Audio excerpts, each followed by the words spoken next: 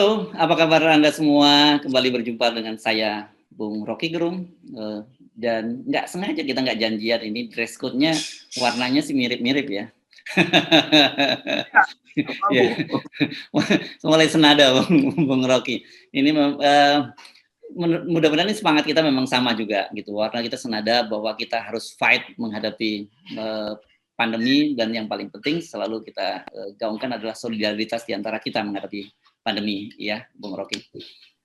Betul, solidaritas di antara mereka yang berakal, yang melawan solidaritas di antara buzzer. Kan yang lagi solidaritas juga buzzer sekarang. Iya. Nah, betul. Jadi kemarin, sepanjang hari kemarin itu trending topik di Twitter, yakni tagar Jokowi atasi pandemi. Saya kira ini merupakan reaksi dari sebelumnya karena Bapak Presiden menyerahlah, kan itu juga trending beberapa hari. Yang cukup mengagetkan ini trending topik tentang Jokowi atasi pandemi ini gede sekali, Bung Rocky, di Twitter. Jadi kelihatannya para buzzer sudah mulai bergerak lagi. Ya, ini sejuta buzzer itu langsung lenyap hanya dengan satu istilah dari Dr. Pandu tuh, yaitu apa namanya, herd stupidity. Jadi yang berkumpul, Dr. Pandu mungkin anggap bahwa memang betul herd stupidity berkumpul lagi.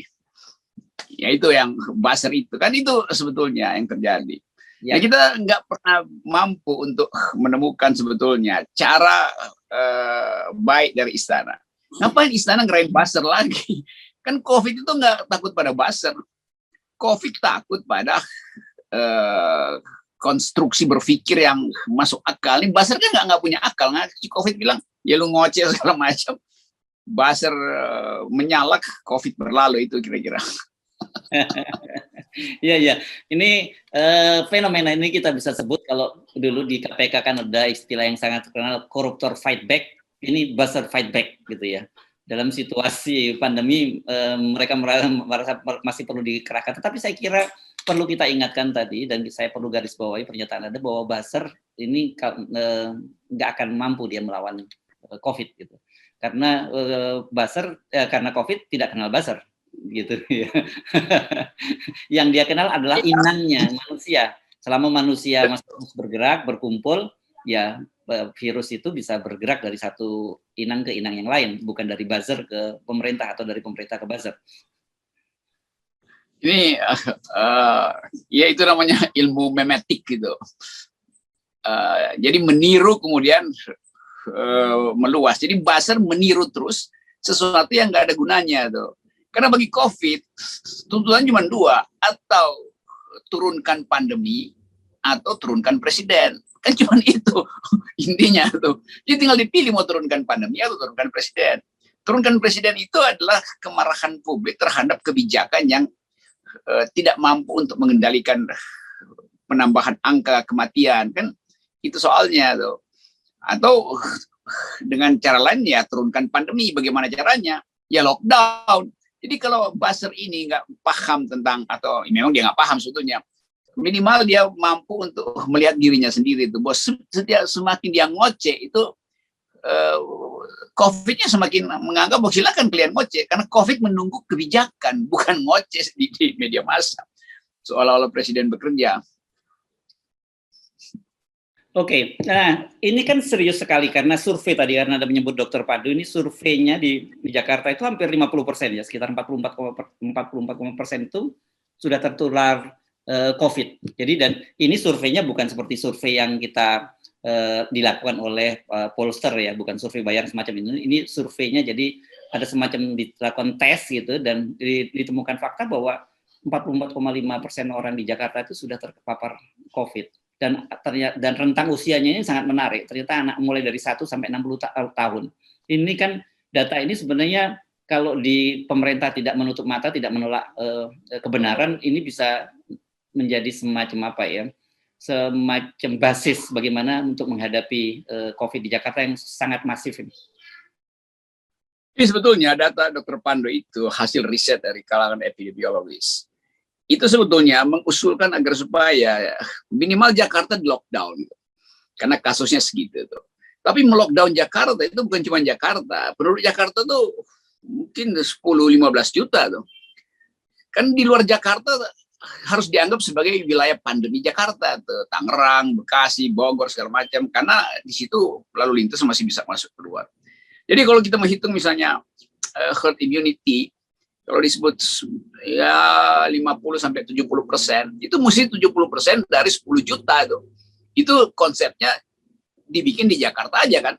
Jadi Anies kasih kewenangan aja untuk lakukan lockdown, dan pemerintah pusat tinggal bantu apa yang tidak mampu dilakukan Anies. Jadi itu sebetulnya kan orang mau cari epicentrumnya di mana tuh. Nah, epicentrumnya ditemukan oleh survei itu, 40% ada di Jakarta tuh. Tentu kita bisa lanjutkan nanti dihitung setelah tanggal 20, dari tanggal 3 ke tanggal 20 turun apa enggak tuh. Untuk menentukan udah terjadi herd immunity ya belum. Kan mestinya buzzer-buzzer itu menghitung hal yang beginian, bukan pamerin Jokowi pergi pasar rumput segala macam. Republik tahu bahwa Jokowi memang hadir di mana? Di dalam, Jokowi artinya negara, hadir yaitu di pemakaman. Jadi dia mengantarkan jenazah sebetulnya kan. Lo jenazahnya masih banyak. Ngapain buzzer ini ribut dengan Jokowi datang ke pasar rumput? Datang ke pemakaman itu. Kalau datang ke pemakaman artinya Jokowi ikut menguburkan orang. Artinya Jokowi gagal membuat kebijakan untuk mencegah orang mati. Kan itu logikanya nih. Emang kalau udah dungu ya berulang aja dungunya. Nah, tadi Anda menyinggung soal pasar rumput. Ini juga saya betul baca itu memang di salah satu buzzer yang mencuit soal bahwa Pak Jokowi tengah malam berkunjung ke pasar rumput menunjukkan keseriusan Pak Jokowi mengatasi COVID, karena itu dasarnya kemudian mereka yakin bahwa bersama Jokowi pandemi bisa diatasi. Padahal setelah saya baca-baca ternyata rumah susun pasar rumput yang digunakan untuk isolasi mandiri itu ada proyeknya pemerintah ibu kota, proyeknya Anies Baswedan sebenarnya. Jadi kalau mereka mau, saya nggak tahu, mereka tidak tahu fakta atau sengaja menutupi fakta, tapi buat orang yang mau sedikit menggoogling itu langsung ketemu faktanya semacam itu. Jadi ini bahkan untuk menjustifikasi bahwa Jokowi serius pun mereka menggunakan data yang salah. Itu artinya dia nggak punya contoh lagi, sehingga dicarikan contoh yang sebetulnya konyol. Ya udah, pasar rumput apa pentingnya pasar rumput? Kan pasar rumput itu lokasi aja. Orang tunggu kebijakan presiden itu, mau lockdown nggak tuh supaya seluruh Jakarta jadi pasar rumput, kan itu maksudnya. Jadi mempromosikan pasar rumput, sementara di dekat-dekat situ, di dekat pasar rumput itu stasiun kereta, bengkel kereta Manggarai.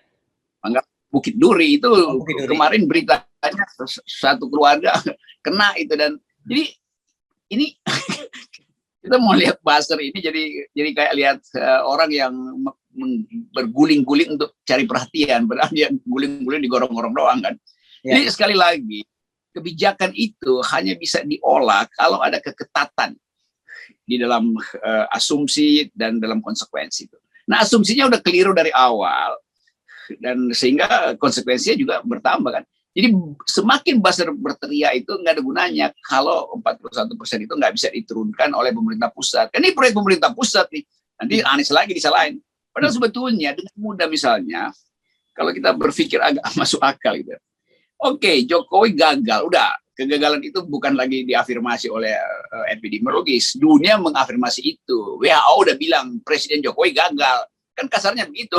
WHO bilang kemarin bahwa naiknya Indonesia itu udah betul di ranking atas. Jadi pemerintah gagal. Nah, mestinya ada evaluasi. Misalnya beri Anies itu kewenangan bersama dengan 3 gubernur misalnya untuk berkantor di istana tuh. Jadi menteri-menteri lain demisionerkan aja kalau belum mau demisionerkan presiden.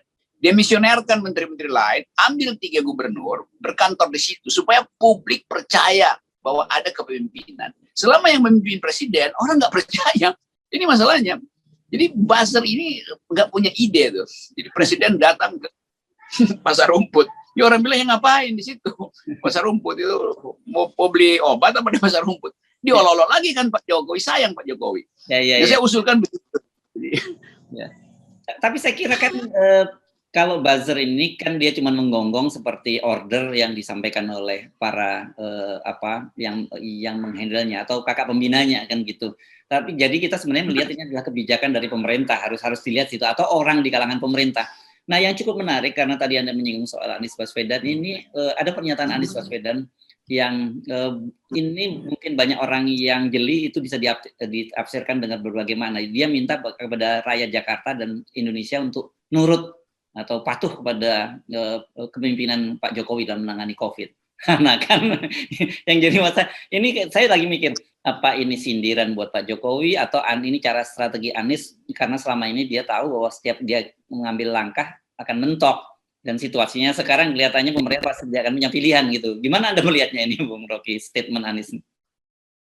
Anies bikin statement itu untuk para buzzer sebetulnya. Silakan Anda patuh pada Pak Jokowi. kan Jokowi tetap presiden kita, resminya begitu. Secara konstitusi begitu. Tapi secara etis orang nggak lihat lagi Pak Jokowi sebagai presiden. Kan kesadaran itu yang mesti ada di istana tuh. Supaya nggak perlu ada semacam pola komunikasi baru, nanti datang lagi juru-juru bicara istana marah-marah lagi. Itu nggak ada gunanya lagi. Karena orang bertanding dengan waktu. Orang mau uji aja tuh. Tanggal 20 bisa nggak herd immunity terjadi di Jawa dan Bali? Kan itu intinya kan. Nah sekarang kita lihat eskalasinya masih naik tuh. Berarti bahwa ada yang tidak bisa diturunkan. Nah, supaya bisa orang percaya bahwa Presiden Jokowi masih punya kemampuan untuk mengendalikan, maka mesti dilakukan langkah radikal. Saya tadi usulkan, demisionerkan para menteri. Sementara aja, Pak Luhut, Pak Mahfud, segala macam. Jadi menteri yang suka bikin kontroversi, di silence dulu. Ganti dengan 3 tokoh gubernur. 3 sebetulnya, buat gampang, 3 gubernur di Pulau Jawa tuh. Jadi semacam departemen baru penanganan COVID. Cuma sampai tanggal 20 supaya publik percaya ulang gitu. Jadi caranya begitu, bukan dengan kalau presiden kurang dipercaya maka presiden suruh kakak pembina keluarin buzzer. Ini kayak nggak ada lain di kantongnya untuk berpikir masuk akal itu. Akibatnya mengalir juga di situ dan udah pasti buzzer itu nggak punya kemampuan. Nah itu dilawan mama aja bental, ngapain buzzer? Nongol-nongol kan. Ini jadi tapi bukan caretaker ya. Kalau caretaker ini orang masih sensitif, apalagi kalau Anda menyebut 3 orang. Misalnya kan kalau 3 orang ini sekarang wilayah yang paling tinggi kan DKI Jakarta, Jawa Barat, dan Jawa Tengah. Jadi nanti orang jangan-jangan disebut, wah ini triumvirat model COVID. Nah ini kan jadi sensitif. Ya sensitivity itu yang membuat istana bereaksi seolah-olah ini politis. Padahal enggak. Ini cuma dasarnya adalah kepercayaan. Kan kepercayaan menurun. Siapa yang orang percaya? Orang percaya pada Anies. Orang percaya pada Ridwan Kamil. Orang percaya pada Ganjar Pranowo. Ya udah kasih dia kesempatan untuk mengumpulkan kepercayaan publik. Ini hal yang sederhana. Gak usah takut dikudeta. Nggak siapa yang mau kudeta di masa COVID. Sabar-sabar aja. Brasil masih jauh lah. Dan Brasil aja kalah sama Argentina. Ya. tinggal nunggu apa Inggris gitu ya. Inggris bersiap-siap ulang prestasi. Iya. Di tahun Jadi sebenarnya ini kita penting dalam situasi seperti ini mengingatkan pemerintah bahwa dalam situasi seperti ini akal sehat harus lebih diutamakan. Kemudian pendekatan saintis itu harus lebih diutamakan. Harus mulai disadari lah bahwa apa yang terjadi saat ini kan imbas dari kebijakan di masa lampau. Ya ini ketika awal pandemi di mana pemerintah ini menolak pendekatan saintis dan lebih mendengar para konglomerat, para oligarki. Ya itu intinya sebetulnya itu kita putar-putar ya rumusnya balik ke situ juga. Tapi ada hal lain yaitu kecemasan tumbuh terus karena dipromosikan terus delta tanpa ada pemerintah ngasih tahu minimal buzzer bantu pemerintah lah kasih tahu apa sih itu delta, bahayanya di mana, lebih parah dari yang asli itu varian delta itu atau sebetulnya sama aja cuman kecepatan menularnya yang berbahaya. Jadi orang nggak ngerti itu delta apa sih, mortality atau fatality rate-nya tinggi atau dia lebih mudah untuk nyelundup ke dalam tubuh manusia kan mestinya keterangan itu diterangkan tadi secara saintifik supaya orang anggap oh ya itu dia berbahaya karena kemampuan dia menular lebih cepat dari varian aslinya tuh. Tetapi bahayanya nggak sebesar yang dibayangkan orang gitu. Jadi orang tenang juga tuh sehingga orang tahu oke, pemerintah ngerti. Sekarang pemerintah juga nggak ngerti. Disebut-sebut delta kalau orang anggap delta itu 3 kali membunuh apa 3 kali menular. Jadi keterangan semacam itu yang diperlukan nih. Nah, saya anggap bahwa ini buzzer ini nggak paham soal begituan. Kenapa? Karena otaknya itu isinya cacing. Karena begitu buzzer ini yang perlu kita supply ivermectin supaya membunuh cacing di otaknya tuh. Saya mau kasih ide tagar baru buat mereka supaya lebih efektif gitu. Misalnya bahwa varian Delta tidak lebih berbahaya daripada kadrun. Wah, gitu. Jadi kan orang mungkin mereka akan lebih tenang. Wah, aduh. Jadi masuk lagi pengacauan informasi publik kan. Nah, dulu sebetulnya udah bagus kalau presiden diem aja, nggak usah ngoceh itu. Udah, kita nggak akan anggap, atau kita anggap bahwa presiden diem-diem bekerja. Tapi kalau presiden nggak ngoceh, buzzer juga jangan ikut ngoceh. Jadi tambahan ini yang disebut nggak ada voice, tapi penuh dengan noise tuh. Buzzer ini memproduksi noise, padahal publik ingin dengar voice. Voice itu mesti datang dari presiden. Presiden mesti mampu menerangkan secara akademis bagaimana sebab akibat dari varian baru. Apa konsekuensinya kalau 50% penduduk Jakarta udah herd immunity itu. Berarti kita tinggal cari siapa yang comorbid, supaya yang comorbid itu jangan divaksinasi karena berbahaya, tapi mereka diamankan karena terjadi herd immunity. Kan ini keterangan-keterangan akademis yang bikin orang, oh ya, mak-mak juga, oh begitu ya logikanya. Anak-anak yang juga nggak bisa sekolah karena online, ngerti juga, lalu dia cari keterangan lebih banyak. Jadi hal begini sebetulnya supaya masyarakat tenang-tenang aja bahwa pemerintah mengerti. Ini sinyalnya pemerintah tidak mengerti, maka terjadi kepanikan. Tapi udah masyarakat kita udah anggap ya udah kita nggak perlu lagi pemerintah, karena itu solidaritas dijalankan, banyak yang cari dana sendiri untuk saling kirim vitamin segala macam. Jadi udah terjadi sebetulnya solidaritas di publik karena menganggap pemerintah tidak diperlukan. Tiba-tiba ini cacing-cacing pita ini, buzzer ini tiba-tiba keluar dari tanah tuh, atau keluar dari gorong-gorong dengan otak yang isinya virus yang namanya bukan COVID tapi stupid. Oke, jadi kalau kita sengaja angkat topik hari ini pada hari akhir pekan ini adalah buzzer, itu semangatnya jangan Anda nganggap serius, justru kita ingin mengajak Anda bersenang-senang supaya imunitas tubuh kita meningkat. Itu ya, Bung Rocky? Ya, supaya nanti kita bisa mengalahkan Malaysia di tahun 2022. Kan begitu. Indonesia akan tumbuh lagi melampaui Malaysia di tahun 2022. Itu kalau Malaysia nggak tumbuh. Kan kalau Malaysia tumbuh, Indonesia tertinggal lagi. Oke. Oke. Ya udah.